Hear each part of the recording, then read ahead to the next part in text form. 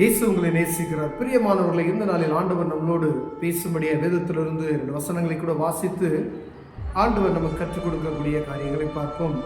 1 தெசலோனிக்கேயர் புஸ்தகம் 4வது அதிகாரம் 16வது வசனம் 17வது வசனம் இப்படியாக சொல்லுவது: ஏனெனில் கர்த்தர் தாமே ஆரவாரத்தோடும் பிரதான தூதனுடைய சத்தத்தோடும் தேவ எக்காலத்தோடும் வானத்திலிருந்து இறங்கி வருவார்.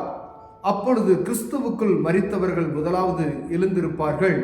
பின்பு உயிரோடு இருக்கும் நாமும் கர்த்தருக்கு எதிர்கொண்டு போக மேகங்கள் மேல் அவர்களோட கூட ஆகாயத்தில் எடுத்துக்கொள்ளப்பட்டு இவ்விதமாய் எப்பொழுதும் கர்த்தரோடு கூட இருப்போம். ஆகையால் இந்த வார்த்தைகளினாலே நீங்கள் ஒருவரையொருவர் தேற்றுங்கள். பிரியமானவர்களே, ஆண்டவருடைய 2ஆம் வருகைக்காக அனைவரும் காத்திருக்கிறோம்.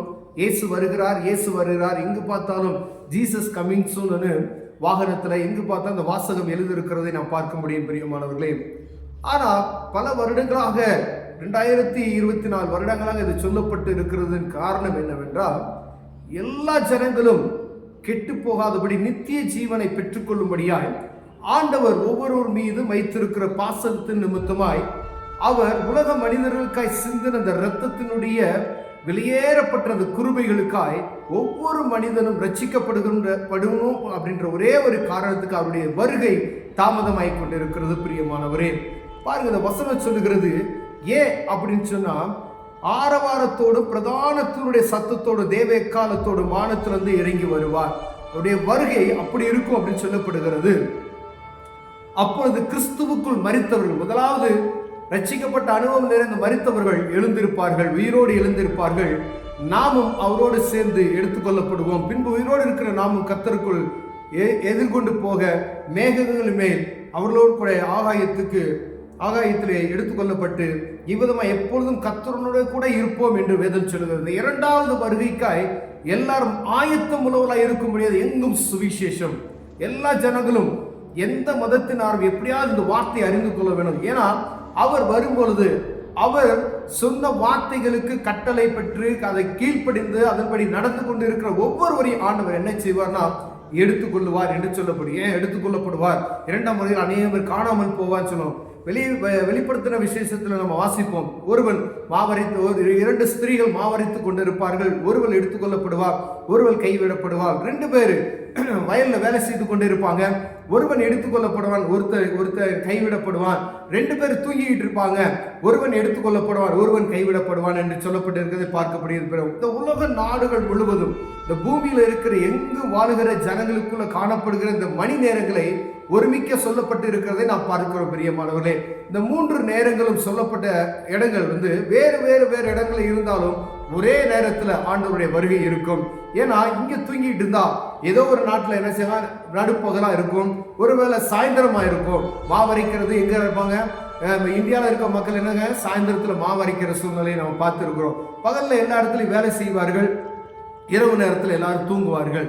அப்படிப்பட்டதான சூழ்நிலை அவருடைய வருகை வரும் என்று சொல்லப்பட்டு இருக்கிறது நாம் அறிந்திருக்கிறோம். பிரியமானவர்களே, அப்பொழுது கைவிடப்பட்டு போனவர்களாய், ஒருவேளை அப்படி கைவிடப்பட்டுட்டா இந்த பூமியில இருக்கக்கூடிய உபத்திரவங்களுக்கு அநேக துன்பங்களுக்கு ஆளாக வேண்டும் என்பதற்காய் ஆண்டவர் எல்லா ஜனங்களும் ரட்சிக்கப்படணும்.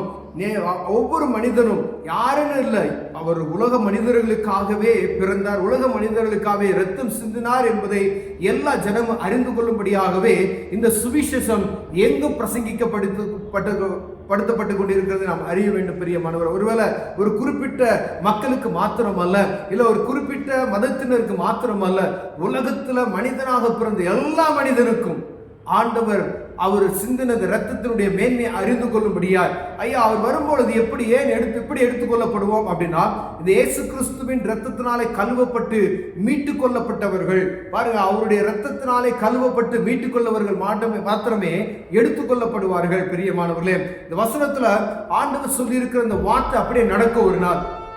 அது கண்டிப்பாக வேத வசனம் ஒரு நாளும் பொய்யாகாது. இதில் எழுதப்பட்டவை ஒரு நாள் நடக்கும். அந்த நேரத்தில் நம்ம கைவிட்டு போய்விடக்கூடாது என்றுமே எங்கும் பிரசங்கித்துக் கொண்டே இருக்கிறார்கள்.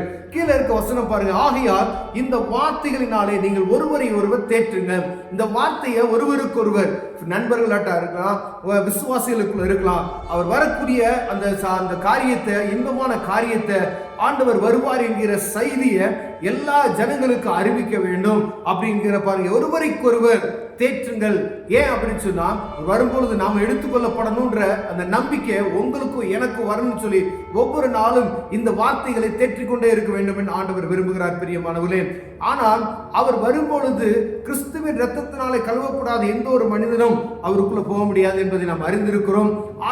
ஆகவே இயேசு கிறிஸ்துவின் இரத்தத்தினால கழுவப்பட வேண்டும் என்கிற சுவிசேஷம் பூமி எங்கும் சொல்லப்பட்டு கொண்டே இருக்கிறது நாம் பார்க்கிறோம் பிரியமானவர்களே.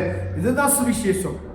உங்களால் இயன்ற மட்டும் ஜனங்களுக்கு சொல்லுங்க, உங்க நண்பர்களுக்கு சொல்லுங்க, உங்க உறவினர்களுக்கு சொல்லுங்க, உங்க கூட பிறந்தவங்களுக்கு சொல்லுங்க, இயேசு கிறிஸ்து ஒரு நாள் வரப்போகிறார். அவர் வரும்பொழுது, ஆகாய மண்டலத்திலிருந்து வரும்பொழுது எக்கால சத்தத்தோடும் தூதர்களோடும் பிரதான தூதர்களோடும் அவர் இறங்கி வருவார். அப்பொழுது கிறிஸ்துவுக்குள் மரித்தவர்கள் முதலாய் எழுந்திருப்பார்கள். நாமும் அவரோடு எதிர்கொண்டு போய் அவரோடு கடந்து செல்வோம் என்பதை ஒவ்வொருவருக்கு அறிவிங்க. கேட்கறதுக்கு என்ன செய்யலாம், ஒரு இழிவான, ஒரு ஏதோ கேளிக்கையான ஒரு காரியம் போல காணப்படலாம். இதே போலதான் பழைய ஏற்பாட்டின் காலத்துல நோவாவினுடைய பேழைக்குள் போனவர்கள் பூராமே அழிக்கப்பட்டு போனார்கள். நோவாவின் பேழைக்குள்ள இருந்த 8 பேர் அவருடைய வார்த்தைக்கு கீழ்ப்படிந்து அவருக்கு ஒரே ஒரு குடும்பம் மாத்திரம் தான் பாதுகாக்கப்பட்டது என்பதை நாம் அறிந்திருக்கிறோம். அப்படி எல்லா ஜனங்களும் பார்த்து கொண்டு இருந்தார்கள். ஆனா ஒருவர் அந்த இதுக்குள்ள என்ன செய்யல, பேழைக்குள்ள பிரவேசிக்கல. இந்த ஆண்டவராய் இயேசு கிறிஸ்து வரும் பொழுது அவருடைய 2ஆம் வருகையில எல்லா ஜனங்களும் எடுத்துக்கொள்ளும்படியாகவே இந்த சுவிசேஷத்தை எங்கும் சொல்லப்படுகிறது. ஒருவேளை அதை கேட்காம அதே போல பழைய ஏற்பாட்டின் காலத்தில் இந்த நோவாவின் பேழைக்குள் பிரவேசிக்க முடியாதது போல இந்த நாட்களிலும் பிரவேசிக்காம முடியாம ஒரு சூழ்நிலை வந்தால் பயங்கரமான ஆபத்துகளும் பயங்கரமான இக்கட்டான சூழ்நிலைகளும் பயங்கரமான சஞ்சலங்களும் உண்டாகும் என்று வேதம் சொல்லுகிறது பிரியமானவர்களே. ஒருவேளை இந்த ஆண்டவருடைய நாமத்தை அறியாம இருந்தீங்கன்னு சொன்னா இந்த வேத புத்தகத்தை வாசித்து இயேசு கிறிஸ்துவின் அன்பை நீங்க ருசித்து பார்த்து பாருங்க. அப்பொழுது அதனுடைய மேன்மை உங்களுக்கு தெரியும் பிரியமானவர்களே. கண்களை மூடுவோம், ஜெபம் செய்வோம். அன்பின் தகப்பனே, ஆண்டவரே, நீ வரும்போது நாங்களும் மோடு சேர்ந்து வருவதற்கு தேவங்களுக்கு கிருபை பாராட்டுங்க. அதற்கான காரியம் என்னவோ அதற்கான வழிகளை நாங்கள் இந்த பூமியில நடந்து கொள்ள என் தேவன் எங்களுக்கு கிருபை பாராட்டுவீராக. இயேசுவின் நாமத்தில் பிதாவே, ஆமென்.